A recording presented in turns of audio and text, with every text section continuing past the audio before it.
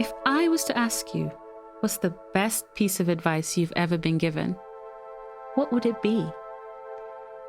And who do you turn to when you need help and support? Do you offer advice yourself?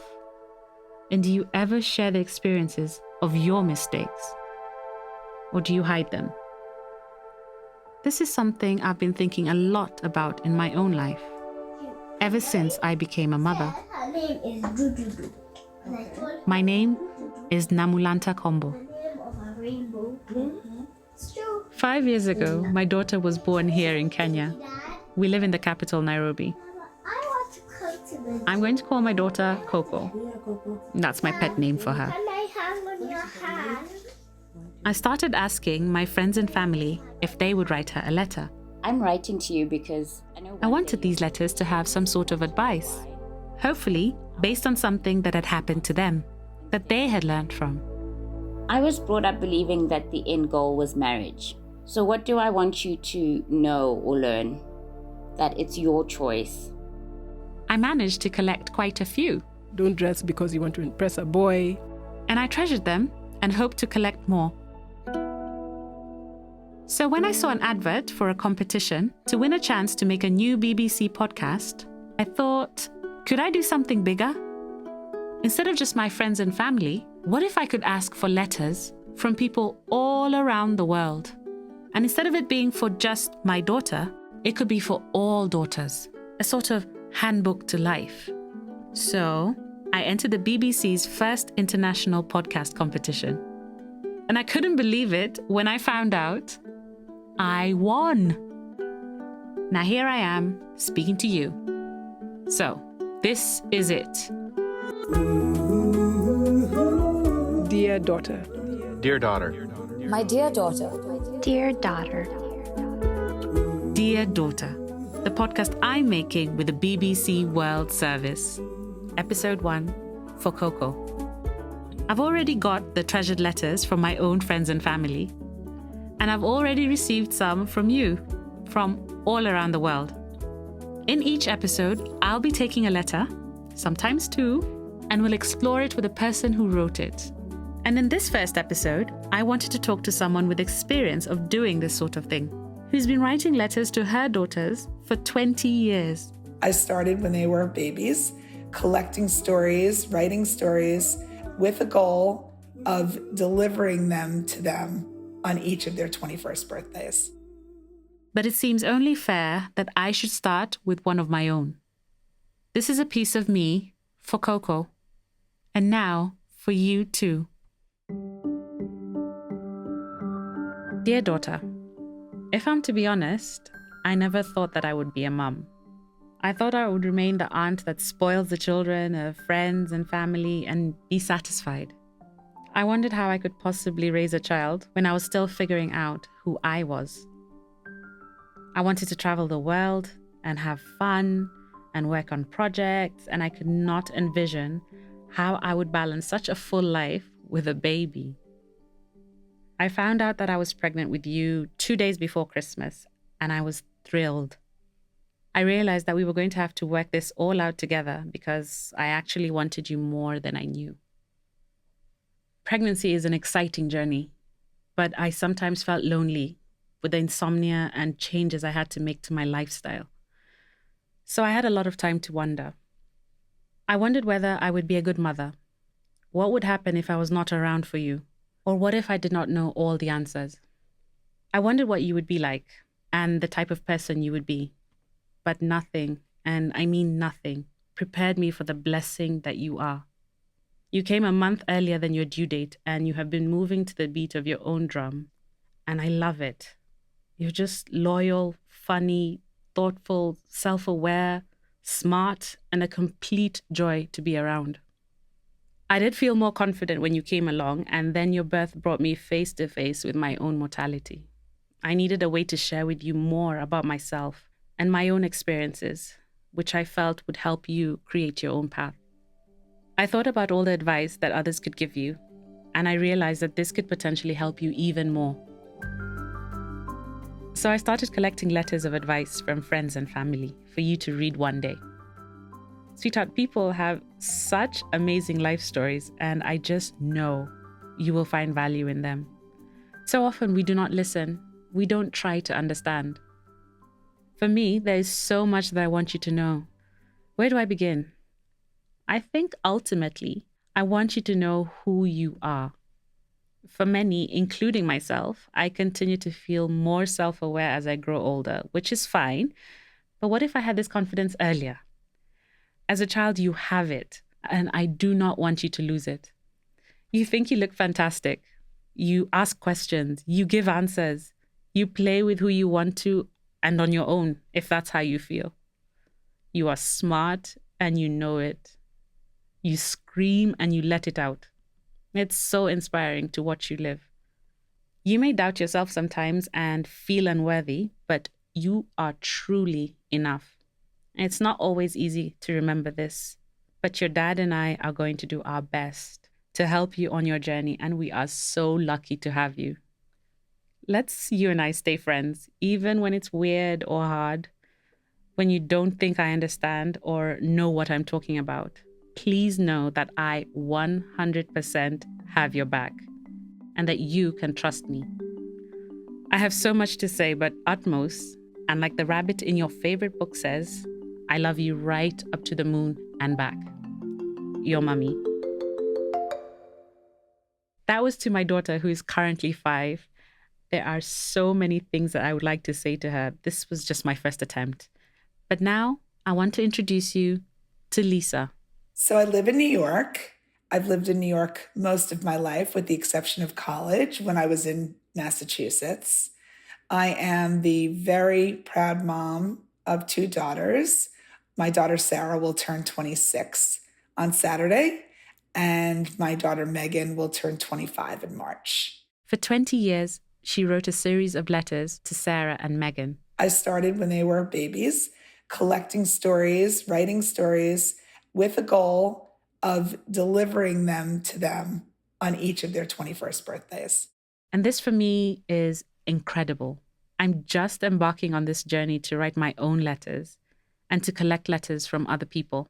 And here is someone who has already done it. I think for my girls, being able to read these letters and look back on the things we did together, they've told me a million times how much they appreciate this.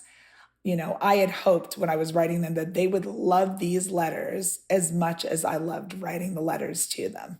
She handwrote them in a series of notebooks, adding photos and mementos here and there. One for each daughter, and I was very careful about making sure that everybody got equal entries.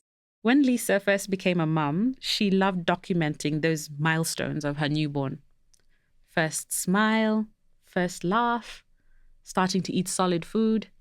But there was something in Lisa's past which inspired her to go further, to put pen to paper and start writing letters to her girls. My mom was diagnosed with leukemia when I was 17 and passed away when I was 19, just as I entered my sophomore year of college. It was hard. It was really hard. This death affected Lisa deeply. And when it came to her own girls, she now worried on their behalf. What would they do if she died? She wanted to pass on her experiences of motherhood to them. Yeah, let me read you one of these letters. This is from the last letter in the collection that I gave to Megan. Dearest darling Megan, so many people ask me about my motivation in creating these journals I've kept for you and Sissy. Losing my mom when I was 19 made me realize how much I didn't know, how much I never asked, and how much I wished I could know. So these journals were motivated by my desire for you girls to know everything for as long as I could share. So that was quite a difficult time for you, losing your mom. What did that mean for you? We were all very close. I had 2 younger brothers, but my mom worked so hard when she was sick to not let anything skip a beat for us. And so when I say I didn't know anything and there were things I wanted to know more about, it wasn't because she didn't share. It was also because I was 17 running around with my friends and not stopping to ask. And did it take you as long when you did have your first child to realize there were all these questions that had been unanswered, or did you feel that way throughout your, young adulthood and towards motherhood? I think after she passed away, there were moments where you knew you didn't have an answer to something. And, some of the stuff wasn't even that critical. My dad, who's amazing, tried so hard to answer the questions. But I just think there's sort of a memory collection that moms have sometimes in being the primary caregivers. And so I think as hard as my dad tried, I realized over the years that I didn't have all the answers. And it became really clear when my girls were little how much I wanted them to know when they were older, how much I wanted them to have to share with their own kids one day. So over the years, you have written a number of letters to both your daughters, Megan and Sarah, and we'd love to hear what they said. Would you like to share them with us, please? I would love to share some of these letters. They mean so much to me and to my girls. Dear Sarah, they're right about the terrible twos, but when you aren't throwing a powerful but short-lived tantrum, you are very sweet and exceptionally smart. Dear Meggie, last night you asked me where you sleep in heaven. You asked me if there are houses in heaven. And before I could reply, you asked if you sleep in the clouds when you're in heaven. You paused and then you started to cry as you told me you really want to bring your bear. You warmed my heart, but broke my heart when you asked, who's my mama? I told you that Grandma Flo is your grandma and my mama and that she's in heaven. I also told you that when you grow up, I'll tell you all about her. Grandma Flo would have adored you and Meggie, just as we adored her. Sarah, you are Harry Potter obsessed. Read book 1 on New Year's Day and haven't looked back. You want a wand collection, and we've now watched the movie 1 billion times. When you love something, you love. Love, love. It sounds like you were loving motherhood, loving watching your daughters grow, helping them on that journey that they were on. I just wanted to know, as you were writing those day-to-day little notes or month-to-month, what would you pick to write? Because there's so much going on. Sometimes there were funny moments that I would capture in a letter. Sometimes they were really remarkable moments. Sometimes they were things that were going on in our family that were quite sad. One such letter, which was very hard for Lisa to write, was this one. March 31st, 2011. So to celebrate my 47th birthday, literally on that day, I got the news that I have breast cancer. Not a fun time, but as I describe it, maybe partly to make me feel even better about it, it's the best of the worst. Sharing the news with you was hard because you were on to me with all my doctor's visits. You cried at the bottom of your toes. I held it together to show you I'm going to be all right. And you've been amazing. So now the hard part. Surgery on Monday, double mastectomy, reconstructing from my own tissue. Who knew my chubby belly would come in so handy one day? I'm going to be down and out for a while. You guys really aren't used to that, but I'm going to bounce back because it's what I do. And I promise not to show you any stitches because honestly, I don't want to look either. And then we'll focus on only the really important things in life. So it's a little bit of a rocky time for me, but times like these put it all in perspective. It's going to be all right. And we'll come out of it on the other end, more appreciative of all we have. And that's a good thing. I love you. Lisa, it's my biggest fear, just, leaving my kids behind. So I can't imagine what that must have been like for you. What was it like? Well, I'll be really honest. When I was diagnosed, I never went to a dark place. I think everybody else in my family did. And I think the girls did because I lost my mom when I was young. And how old were the girls at that point? The girls were 14 and 15. And, at a really interesting age, they were just so sad and so devastated when they heard the news. But I knew I was going to be okay. I had my surgery and the pathology, it was stage 1. So I did have to have chemo. And the chemo sort of rocked our family a bit. But looking at the girls and knowing how important it was for me to keep it positive for them, it kind of drove me. It motivated me. And Sarah and Megan were almost the same age that you were when you lost your own mom. So Yeah, they were. And I think that that's part of what made it hard for them, because I think they recognized that I was that age when my mom passed away. And it was scary for them. and did it put you in a space where you were able to think about what your own mother was feeling, and when she was going through her illness, did it feel to you like history was repeating itself? It definitely felt like history was repeating itself. And I remember being really impressed with how she powered through everything. But when I got sick, it gave me a whole new level of respect and appreciation for what my mom did to make life normal for us while she was so sick. And I think sometimes she just pretended that she felt better than she did. And the only thing that I really couldn't do in that year was the 11 p.m. pickup from a party.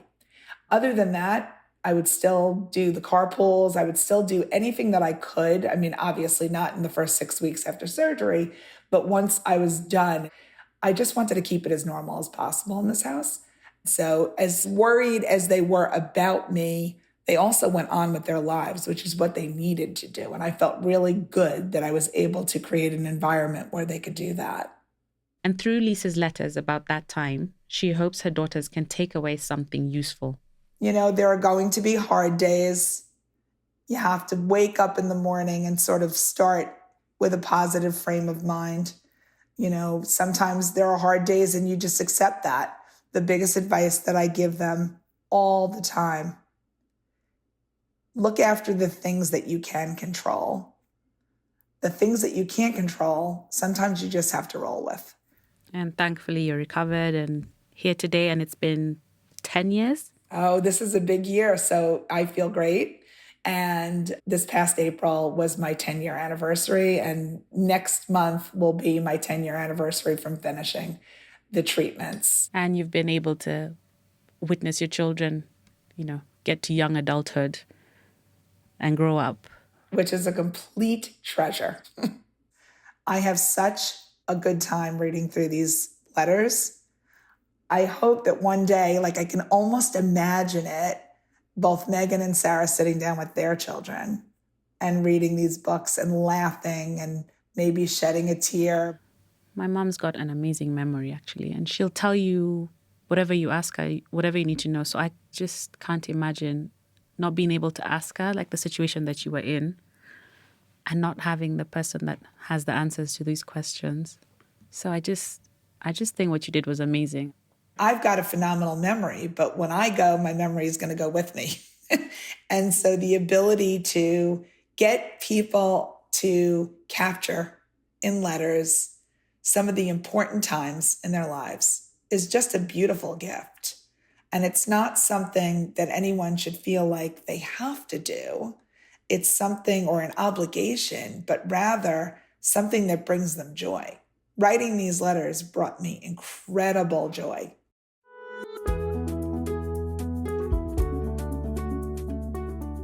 I love that Lisa was able to do this for her children. It's so encouraging for me, who wants to do the same for my own daughter.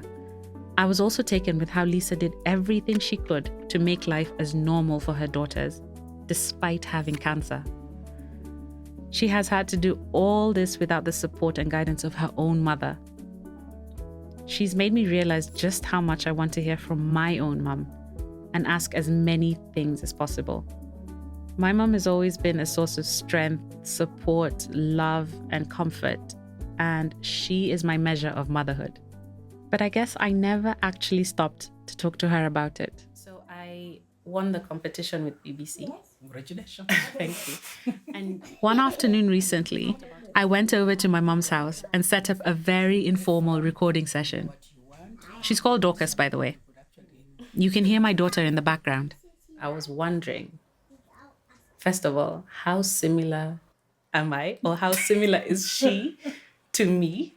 Do you see the similarity? I've said it so many times. She's very much like you. But she's like a firecracker. I'm not. No, that's the difference. You are very quiet, and she is very bubbly. But behind it, The fact that you are very firm, you know what you want, and when you want something, you could actually you go, like now I was saying when she was knocking on the door, if it's anything like you, she will go scream and will not stop until she gets it. So one of the things I worry about, okay, I do worry about safety. I worry about that type of thing. I also worry about her wellness. Yeah. I worry about her having the confidence, which right now she's displaying a lot of. When we were coming in, the guard was like, "Where are you going?" She's like, "We're going to Dorcas's house." Oh my goodness, that's me, of course. Okay. So she just has this amazing confidence that I love. And I wonder how to make sure that, she'll go through whatever she goes through in life, but I don't want her confidence to be knocked or chipped to the level where she's unable to thrive. So you'll have your confidence knocked here and there. Yeah. It's not what you will do, it's what the environment will do to the child. So I can't do anything to help? You control the environment. What if I can't? You will always manage. This is just the beginning. I'm hoping to get my mom back on very soon so I can ask more questions and hopefully get some answers. But in the meantime, I can't wait to introduce you to more letters and the people who have written them.